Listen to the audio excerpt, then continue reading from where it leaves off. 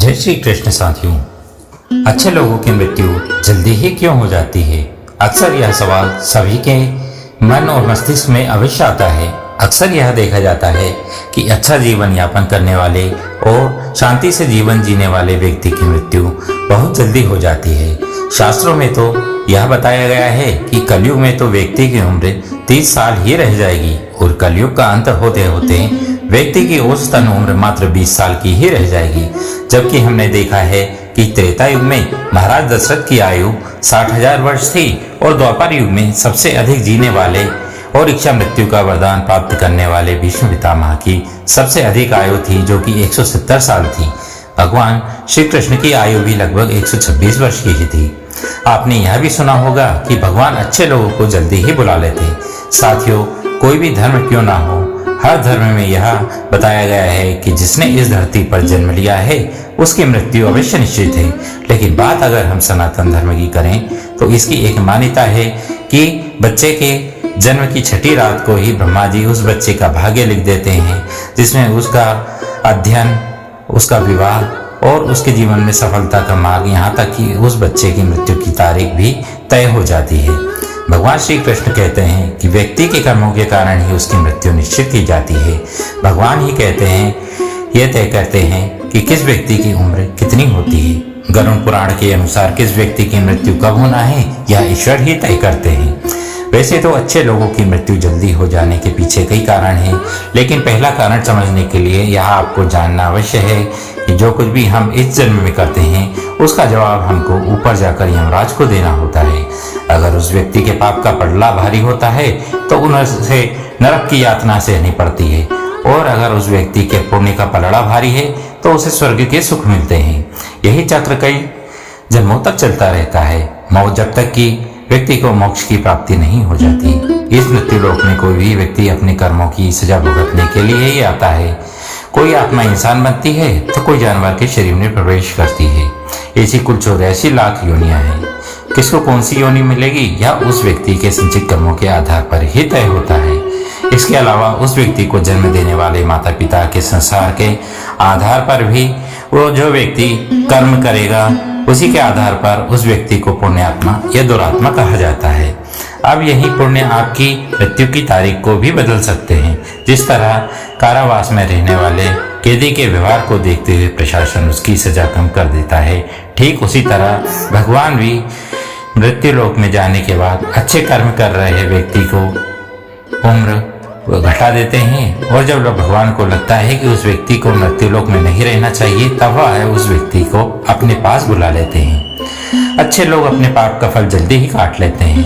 भगवान के दंड विधान के अनुसार हर व्यक्ति को केवल उतना ही दंडित किया जाना चाहिए जितने उसने पाप किए हैं। अच्छे लोगों के पाप कर्म बुरे लोगों के पाप कर्म की अपेक्षा कम होते हैं, इसलिए अच्छे लोग अपने पाप कर्म का फल जल्दी ही भुगत लेते हैं।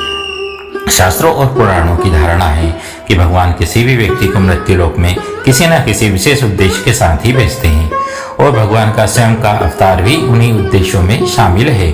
इसलिए जब वह उद्देश्य जल्दी पूरे हो जाते हैं तब वह भगवान उन्हें अपने पास बुला लेते हैं। अच्छे लोगों की मृत्यु उनके अच्छे कर्मों पर ही निर्भर करती है। इसके अलावा जो लोग यह कहते हैं कि इंसान मरने के बाद खाली हाथ जाता है, उन्हें यह जान लेना चाहिए कि 5 चीजें ऐसी है जो कि उनके मरने के बाद भी उनके साथ जाएगी।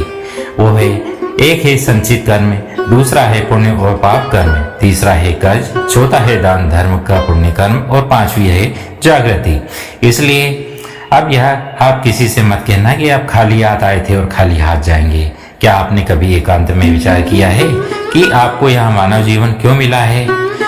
तो महाभारत में महाराज युधिष्ठिर के प्रश्न पर उत्तर में भीष्म पितामह ने कहा है कि मनुष्य से बढ़कर कोई भी जीव नहीं है। सभी को यह जानकर आश्चर्य होगा कि 84,000 योनियों के बाद हमें मनुष्य जीवन मिलता है, और संसार के सभी प्राणियों में मनुष्य ही सर्वश्रेष्ठ है।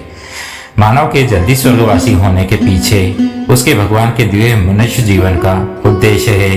उसकी वजह है मनुष्य में सत्य एवं असत्य का विवेक कराने वाली हमारी बुद्धि का होना। लेकिन इस धरती पर हम दुनियादारी के चक्कर में फंसकर इस तरह रह जाते हैं कि हम ईश्वर को ही भूल जाते हैं। हम सांसारिक सुखों को ही सब कुछ मानकर उसमें लिप्त रहने में ही अपना सौभाग्य और अपने जीवन की सफलता समझते हैं। यही गलती हम कर जाते हैं, क्योंकि इसके बावजूद कोई व्यक्ति यह दावा भी नहीं करता कि वह पूर्ण रूपेण सुखी है। सच्चाई यह है कि हमें सामान्य मानव जीवन के उद्देश्यों की पूर्ति के लिए निरंतर प्रयास करते रहना चाहिए। यह सच है कि हमें अपने और अपने परिवार का भरण पोषण करना चाहिए और इसे हर हाल में निभाना चाहिए।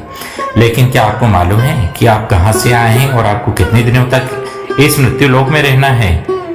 इन प्रश्नों के उत्तर में अधिकतर लोगों का जवाब बड़ा ही अद्भुत होता है। उन्हें इस बारे में पता ही नहीं होता है। जैसे किसी यात्री को यात्रा के संबंध और उसके ठिकाने के बारे में जानकारी नहीं होती है। अब हम जानते हैं कि आखिर क्यों अच्छे लोगों की मृत्यु जल्दी होती है। गीता में भगवान कृष्ण कहते हैं कि यह आध्यात्मिक और ईश्वरीय जीवन का पथ है, जिसे प्राप्त करके मनुष्य मोहित नहीं होता। अगर कोई जीवन के अंतिम समय में भी इस प्रकार की स्थिति में हो तो वह भागवत धाम में प्रवेश कर जाता है। मनुष्य कृष्ण भावनामृत में यादवीय जीवन को एक क्षण में तुरंत प्राप्त कर सकता है, और हो सकता है कि उसे लाखों जन्मों के बाद भी यह प्राप्त न हो। दोस्तों, यह तो सत्य को समझने और स्वीकार करने की व्यक्ति की चिंतन पर निर्भर करता है। भगवत गीता कहती है कि वास्तविक जीवन का शुभारंभ इस बौद्धिक जीवन के पूरे होने पर ही पूरा होता है। इन सभी बातों से यह तो स्पष्ट होता है कि हम सभी एक निश्चित समय के लिए निश्चित कार्य के लिए धरती लोक पर आते हैं और कुछ विशेष कर्मों के लिए आते हैं। जब हमारे कर्म पूरे हो जाते हैं और इस जीवन के लक्ष्य प्राप्त हो जाते हैं तो प्रभु हमें परलोक में एक स्थान प्रदान करते हैं। भगवान श्री कृष्ण और अन्य देवता कहते हैं कि वास्तविक जीवन ही तब शुरू होता है जब यह भौतिक जीवन समाप्त हो जाता है।